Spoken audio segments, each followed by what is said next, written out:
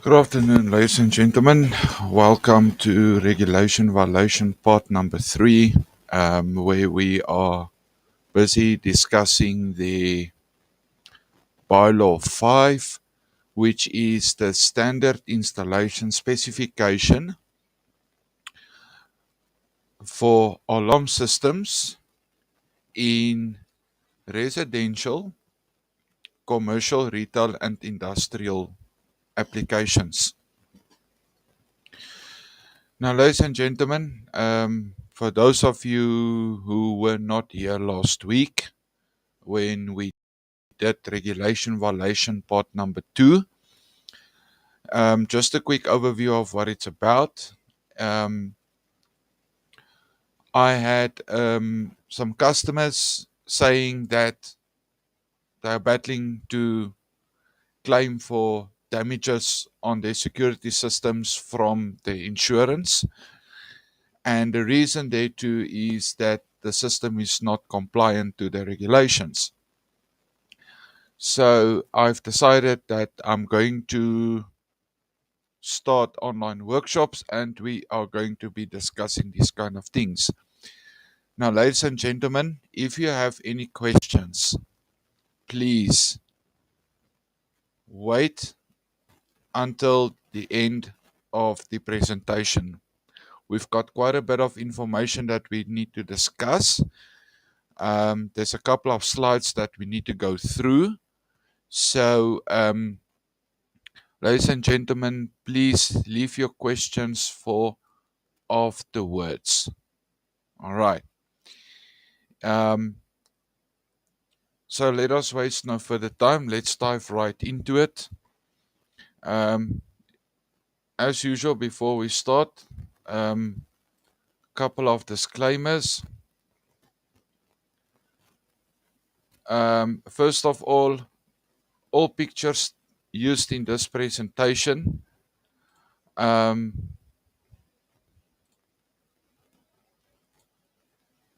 sorry about that. All pictures used in this presentation carries the approval of our customers at whose premises it was taken. All right, and that is regulated by the Protection of Personal Information Act, whereby I verbally obtained my customer's authorization to use the content and to take photos at their premises. Also, the music that was used in this presentation at the beginning is music that was authorized for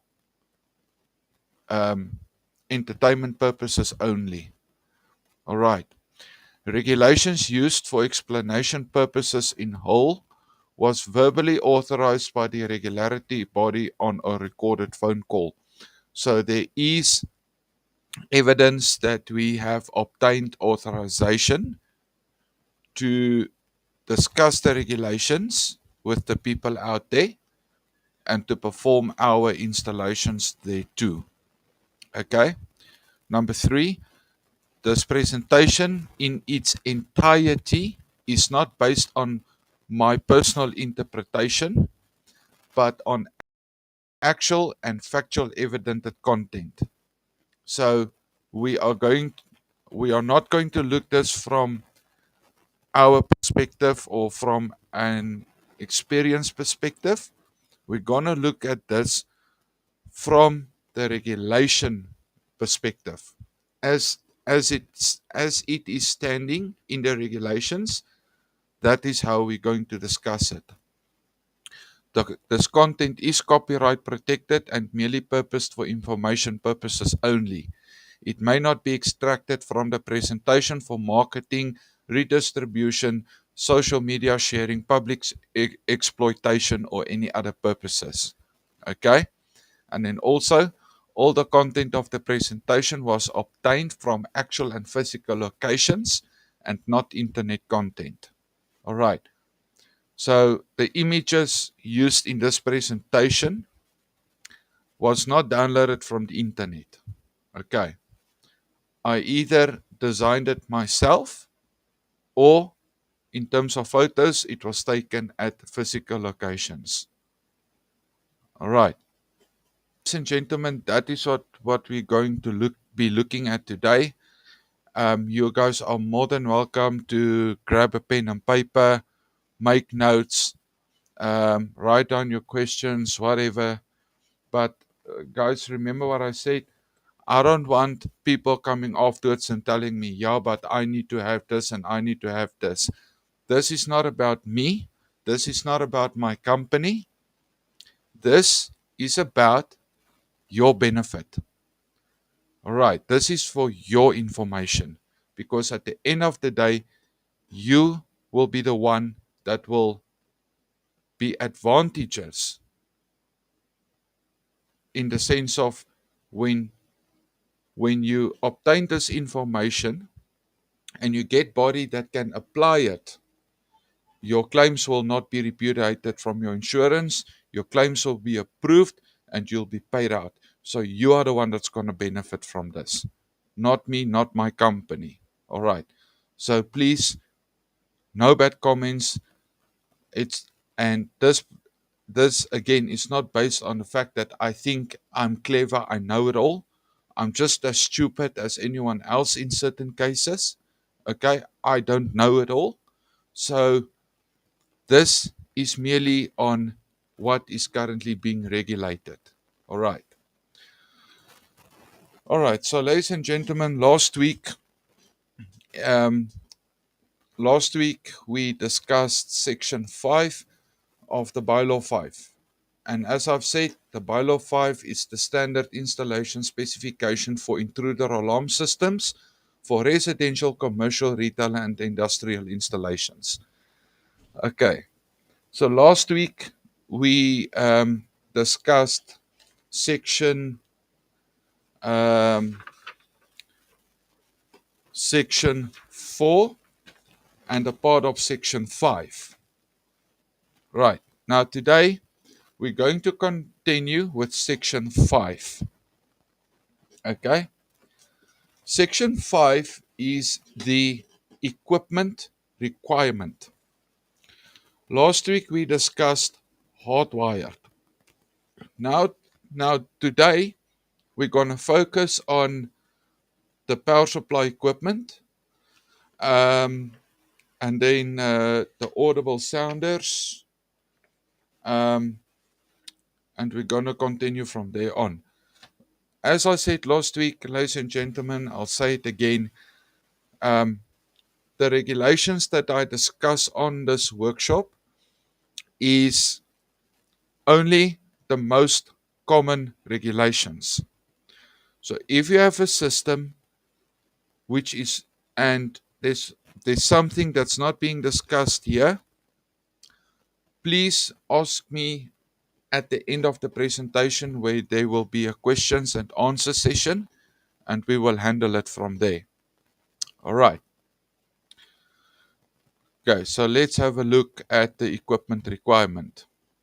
Regulation 5.2.1. The mains transformer must be in accordance with the electrical and manufacturer specifications and as per the design of the system and charging capacity. So, here's what that is saying.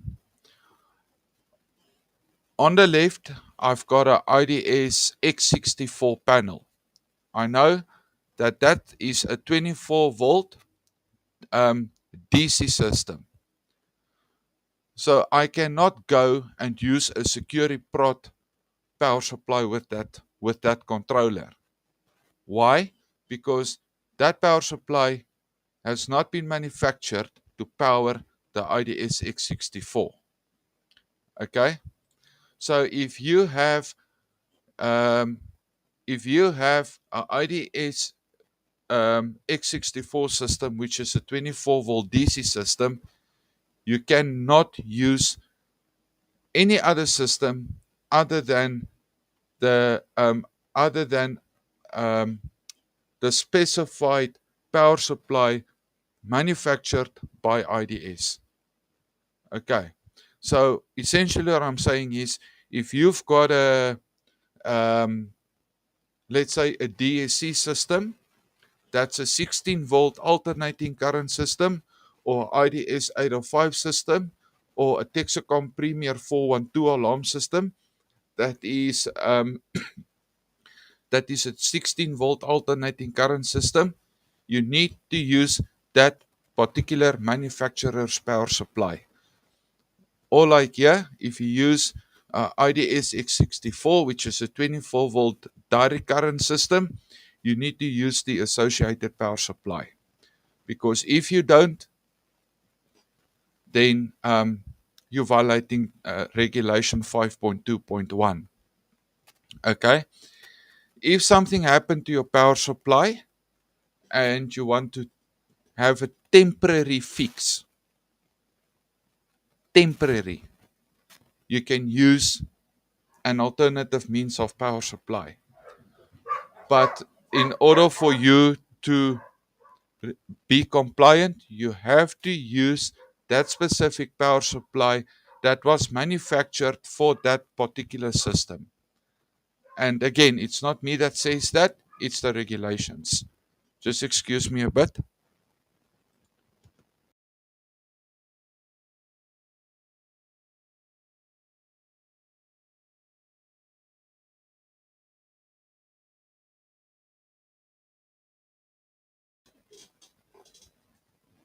Okay. Regulation 5.2.3. The control panel must provide a low battery cutoff of a minimum of 10.2 volt, exclusive of wireless systems. Now, ladies and gentlemen, before I go any further, we discussed a clause last week. Now, what we need to remember is that the regulations also prohibit us from using cutoff switches on our alarms. We are forbidden. Instead of using cutout switches, we need to use relays, or as in the case of the controller, okay, the control panel must provide a low battery cutoff of a minimum of 10.2 volt. Now, what this essentially means, you've got a 12 volt battery from which your system is being powered. Now, let's just quickly stand still there for a moment. What we need to understand, an alarm system is like your car. If you take the battery out of your car, where are you going? Nowhere. The car is going to stay there where it is currently at up until the moment that you put a battery in the car and you connect the battery terminals to the battery. The battery is the heart of the vehicle's electrical system, which is responsible for running the engine, right? Now, in this case of alarm systems, it's exactly the same. The heart of your alarm system is your battery. The power supply that we just spoke about is merely there to charge the battery. That's it. That's all it is. Okay. So, the reason why Regulation 5.2.3 says the control panel must provide a low battery cutoff of 10.2 volt minimum. The reason why that is, first of all, is to prevent the battery from being drained completely. The more the battery is drained, the longer it is going to take to recharge. And obviously, the more you are, what's the word I'm looking for? The more you are making the battery susceptible to damage. Okay? So if the power goes down for a prolonged period of time and the battery voltage get anything between 12 and 10.2 volt, your alarm system must be able to automatically shut down completely. That's it. The reason why they, and then also second reason number 2, is to ensure that the controller is not completely discharged. If it is completely discharged, you risk of losing your programming, which may result in intermittent alarms when power is restored. Okay, so if you drain your battery completely, you have the risk that your alarm will lose its programming and you'll have to get your installer or a technician out to come and reprogram your system. Normally, when we do that, we default the system completely after we hooked up a new battery, and we program every single little function of the alarm together with your codes and your remotes and all of that. We program your entire system from scratch, and that can sometimes take quite a bit of time. All right, so those are the two reasons why Regulation 5.2.3 specify that your controller must provide a low battery cutoff. Not by means of a cutoff switch between the battery and your controller. No, your controller must be connected directly to your battery, and if your battery voltage reaches a certain voltage, your alarm controller must automatically shut down by itself. Okay, to protect the system. Okay, the reason why wireless equipment are exempted.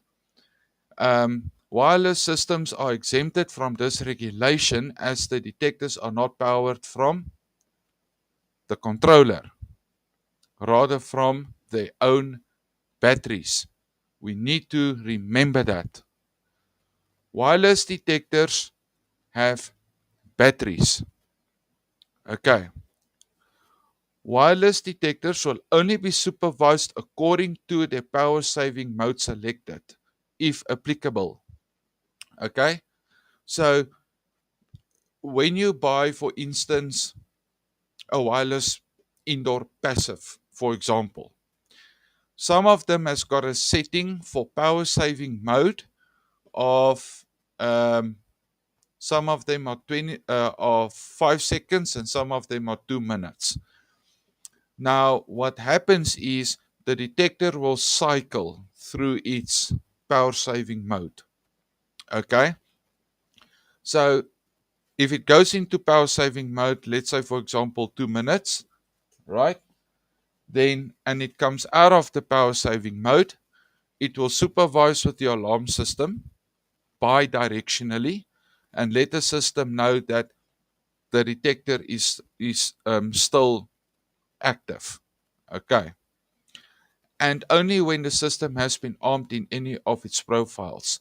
So what that means is that the wireless detectors are powered from the batteries. So they will be supervised according to the power saving mode or when the alarm has been armed. Other than that, they will not be supervised. Okay? But that is the reason why they have been exempted from this regulation, because they are not powered from the controller, they are powered from their own individual batteries. Okay? We need to understand that. Right. Regulation 5.2.5. The use of liquid electrolyte lead acid type of flooded car batteries is not permitted. All right, so here is where we're going to get a bit technical. All right. But so what that regulation is basically saying is batteries other than a maximum of 18 amp hour 12 volt sealed lead acid is not permitted. So the batteries that is not permitted include gel batteries, lithium batteries, deep cycle battery, or any other battery rated higher than 7 amp hour that is not of sealed lead acid type. So if it is not a sealed lead acid type battery, it is not allowed by regulation. We're going to dive a bit deeper into that. All right. So now you may ask yourself, why is only sealed lead acid allowed? Okay. First of all, the charging circuits within the control equipment, which is your controller, or as we call it, the panel, has been designed, certified, and warranted by the manufacturer for specific batteries only. Use of a different battery will instantly void the manufacturer's warranty. So when your alarm system has been manufactured, it had to be sent for certification according to our um, stand according to the South African national standards. Okay, so your alarm system has been designed to take one type of battery and one type of battery only. The same thing with your gate motor, especially that of Centurion Systems. Their power supplies has been manufactured to charge 7 amp hour lead acid batteries. Okay, and we're going to get to that technical aspect just now. Right. A second reason why only sealed lead acid batteries are allowed. Sealed lead acid batteries are of paste-like substance for storing electrical energy. So, how does a battery work? Um, how does a battery work? I'm going to give you guys a couple of seconds just to let that one swing through your thoughts a bit. How does a battery work?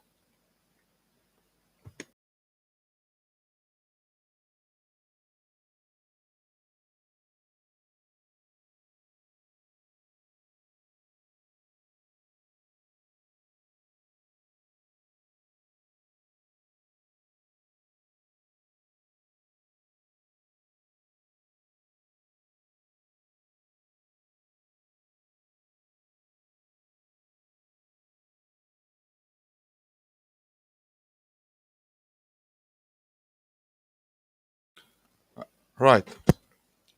Here's how a battery works. If you open up a 12 volt 7 amp hour battery, you're going to find that the battery is divided into six different into six cells. Each cell consists of a cell plate and two electrolytic plates, a positive plate and a negative plate. Okay? Those plates are all connected in series to another to the battery's terminals. So you've got your positive battery terminal going to your positive plate in cell number 1. Okay? Right. Then that one is connected to the negative cell plate in cell number 1. Cell number one's negative plate is connected to the positive plate in cell number 2. All right. And so they are interconnected with one another. And then the distilled water inside the battery, the moment that those cell plates are exposed to moisture, the current, the electricity there is of causes a magnetic field. And when that magnetic field interact with that distilled water, it starts forming like a kind of paste around those positive and negative plates inside each and every cell. So it's a 12 volt battery. There are 6 cells. So each cell produces 2 volt. All right. So what happens is when you charge a battery, you take the electrical current that is coming from the charger and you store it as chemical energy. When the battery is being discharged, meaning you've got something connected, something is drawing power, it's discharging the battery. That chemical energy inside the battery is then converted to electrical energy. Okay? So back to number 2. Sealed lead acid batteries are of paste-like substance for storing electrical energy. Instead of liquid electrolytes where microns are used to store, generate and discharge electrical current. The problem with liquid electrolytes are that this battery contains ionized fluids whose molecules have a net electrical charge. Water batteries contain powder that becomes an electrolyte when water is added. Okay? They are highly flammable and will trigger thermal runaway, fire, and even explosion under conditions of mechanical, electrical, and or thermal abuse. So if the battery is connected with the intention not for use of its purpose, it can create you problems. That is why only sealed lead acid batteries are allowed, because those are the batteries that has been certified by standards um, for use on that particular system. Okay. Now we come to the real Makoya, as we call it. Ladies and gentlemen, it comes back to what I said last week. One of the tips that I've given you, attended last week. Last week I said, whenever you have something installed in your home or at your office or within your building or at your premises, always have somebody there that keeps an eye out. Not to look over the technician's or the installer's shoulder, but just basic knowledge to make sure that the job is done correctly and neatly, of course. All right. Regulation 5.2.8. Where lithium batteries are used, the following cable diameters are recommended. So that means if you're using a lithium ion battery on your alarm and you don't use the recommended cable diameters, you're violating regulation 5.2.8, which can cause your claim to be repudiated. That's what it says. A cable length up to 3 meters, 1 millimeter core diameter. Cable length more than 10 meters, 1.5 millimeter core diameter. Right. The cable diameter is current based with the distance of the cable. So the further your conductor is away from your battery, the longer your cable needs to be, so the more current you are going to draw in order for the power that goes from the battery to reach your load or your conductor. Okay? The distance is the total length of the cable. Like I said, this is from the battery up to the conductor. The more further the cable goes from the battery to the controller, the more current is drawn and consumed. If the cable diameter is too thin to handle the current draw, the cable core can become hot due to current load and melt, which may cause a cable break and loss of battery power. It can also cause your battery to explode in that case. And that is not something convenient that I would recommend anybody to experience. I've seen it before. It's not nice. The major issue with lithium ion batteries are the fact that overheating is a phenomenon known as thermal runaway. In this process, the excessive heat promotes the chemical reaction that makes the battery work, thus creating even more heat and even more chemical reactions in a disastrous spiral. All right.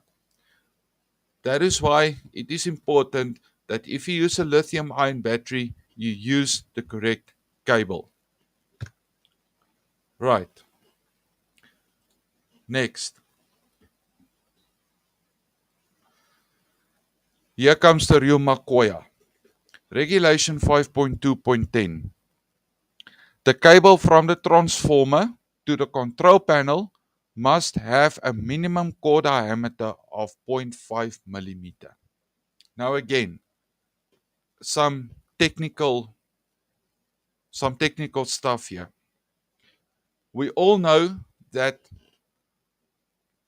a cable has got 2 cores, 3 cores, 6 cores, 8 cores, 4 cores, whatever you want to call it. And the number of cores and the size of the cores determine the diameter of the cable. Okay, so let's go a bit deeper into this now. Right. Now we just read from the regulation that the power cable from the main transformer to the panel must be of a minimum diameter, core diameter of 0.5 millimeter. Right. Here you can see this X64 panel is wired with a security cable, of which the total diameter of the cable, right, is less than 0.5 millimeter. This is a direct violation. Another reason why claims are being repudiated. All right. So using alarm wire to power up your alarm is an instant no-no.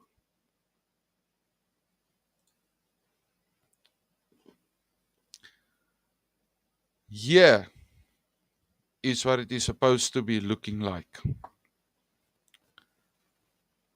Over there, you can see I've used a 2-core wire, but the diameter of the wire is 0.5 millimeter. So this wire that I've used here is a 0.5 millimeter 2-core cap tire. Why? Because this is a 24 volt DC system. I only need a positive and a negative. I don't need a third core. I just need positive and negative. So this one checks out. This one is compliant. Right. The cable from the transformer, we are back to regulation 5.2.10. The cable from the transformer to the control panel must have a minimum core diameter of 0.5 millimeter. Why? The cable core must be strong enough to handle the current, to handle the amount of current drawn and transmitted through the cable. The amount of cores are dependent on the type of system. Okay, so let's just go back to that other slide. This is a 24 volt DC system. So my mains power cable has got 2 cores. If you are dealing with an alarm system that is 16 volt alternating current, you're going to have to use the same type of cap tire like in this one, but it needs to have 3 cores. One for live, one for neutral, and one for earth, because you need to earth the transformer. Right. But now, ladies and gentlemen, while we're at that, I have in many installations found, and it drives me nuts, that the life and the earth coming from your power supply is connected together. Now, some of you that might be electricians or know of people that are electricians, like my father, for example, will know that when you connect a life and the earth together, you make an instant electrical short. And I've came across many installations where the life and the earth are connected together on a 16-volt AC system. There, for example, on the IDS 805, you would connect the live and the neutral, and then the earth will have to go onto the dialer board. Okay, so if I can just go back to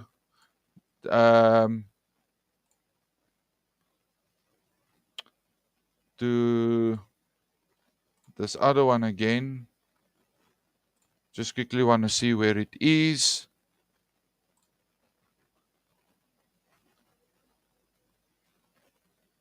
You can't really see though.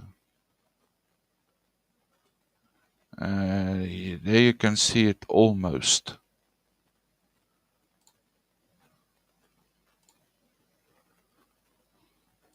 Okay, so I wanted to show you guys something, but I don't have the picture for that. It's fine. So the cable core is the amount of strands per wire core that makes up one cable, of which the total amount of cables add up to the total amount of cables per wire. So if you have a cable, you will have 2 or 3 cores. All right. Each core will be individually insulated. All right.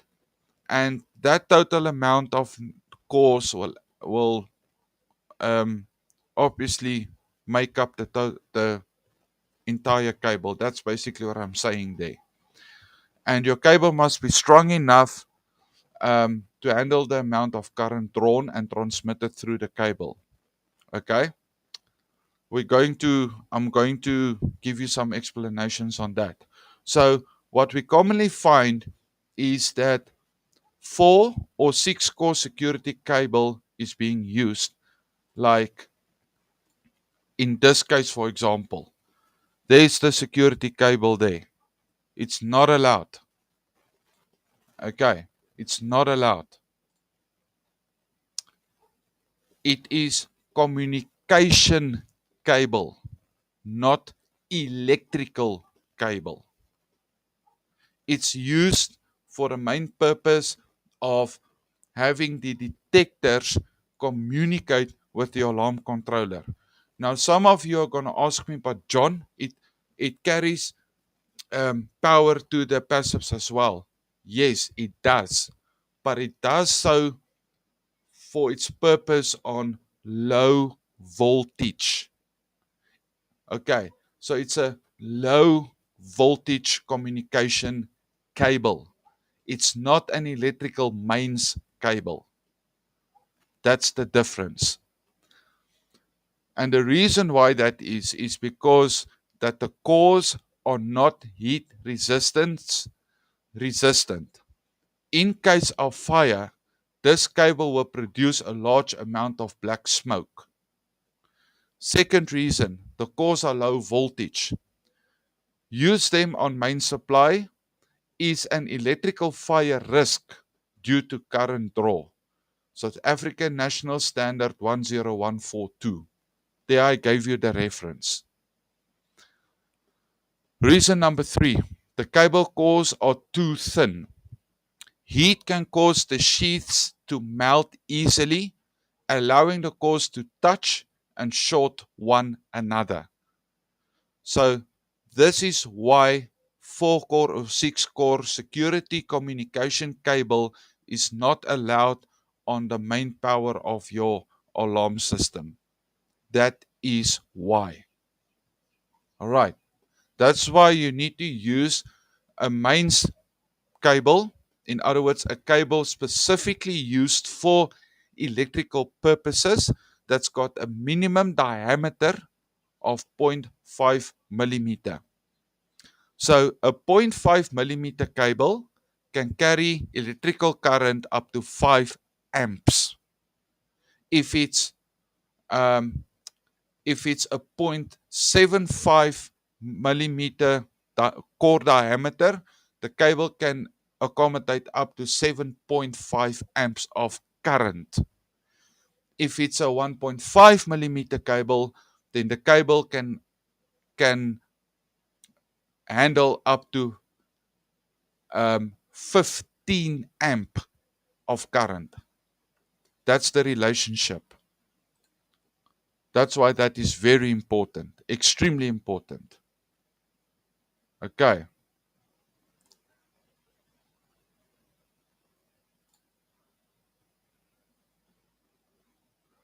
So now you're going to ask me, John, what if none of these are fulfilled or not done on my alarm? Well, to put it to you simply, if any of the regulations we discussed is not in place, your claim will be repudiated. Unfortunately, this essentially means the claim will be rejected on the basis of non-compliance. If this has happened to you, it means your installation is not complying to the regulations, and you will have to pay the repair or replacement costs from your pocket. So if, let's say for instance, one of the wires short, it blows your power supply and it blows your alarm controller because this is not in place, you will need to pay for the damages from your pocket to the installer or technician to come and repair the system. Okay? But if your system is compliant, not only to these specific regulations, but all of them, then your claim will not be repudiated, depending on other contributing factors as well. Your next question that you would ask me is then, John, what advice would you give? Right, now like I said, I'm not Mr. Know-it-all, but I do my installations based on the regulations. So if you had a problem with claim repudiation before, my advice to you would be, we would suggest contacting your installer. If you don't know who installed it, or you don't trust your installer enough for that much, or your installer is not with us anymore, then you can contact us to perform a compliance assessment for you. Okay? Now, the compliance assessments are usually billed at 700 Rand, where we then come out and we spend 2 hours on site where we go through your entire system. Okay. And we then supply you with a post-compliance inspection report, and we provide you with subsequent quotation of what the costs can be in order to have your system be compliant. Okay? We will then send out the quotation for the compliance to be implemented. Once the installation complies with two regulations, and you then claim, will your claim be approved and paid out to you? Now, this is one of the ways it can go, ladies and gentlemen. The other way it can go is you can contact your installer or your monitoring company or us or whoever it is that you contact and say, listen, this is the story. I need the system to be repaired.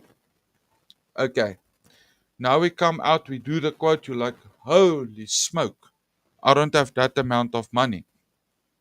Well, if you have insurance and your system is insured, did you know you can claim your money back? Yes, you can. So what happens then is you pay for a job to be done. Once the job has been completed, you ask the company or the technician to provide you with a post-repair report. In that report, that person who did the work needs to specify each and every single little thing that he or she had done to your alarm system. Okay? Then you take that report together with the invoice that you paid and you supply that to your insurance. Your insurance will then take that and weigh it up against these regulations. And 90% of the time, they then approve the claim and they pay you the money back that you've spent. It happens in some cases that they pay you more than you've spent. So in some cases, you end up uh, making a profit out of it. But the guy that did the work or the person that did the work has been paid already and you still make a profit on the other hand. So there's two ways that this can go. It all depends on your situation. So now you might be asking me, okay, so John, but what if I don't have insurance? Well, simple. If you don't have insurance, you're going to have to pay for each and every tiny little bitty thing from your pocket. If you have insurance on your building, you can ask the person that installed your system for you to provide you with the serial numbers of each and every component of that system. When they provide you with the serial numbers, you take those serial numbers, you provide it to your insurance, and you request them that you want to add your alarm system of those serial numbers onto your policy. It might have an influence on your premium. It might increase your premium depending on compliance. However, your benefit is that when something unexpectedly happens, you know the system is compliant and you'll be able to claim from your insurance. That's also why it's always a good thing to uh, once or twice a year have your installer coming out or your monitoring coming out or whoever it is that you contact, have them coming out, just go through the system, make sure everything is still operational and so forth. Okay. Um, Now that was a barrage of information. I understand that, but the key that I was wanting to give you guys is that, um, like I said, guys, this is very important, and this is information. As you've seen, I made reference to standards and stuff. So as I've said, this is not coming from my point of view as an installer. This is coming from the regulatory body that works um, hand in hand with insurance companies. So it's rather better to be safe than to be sorry.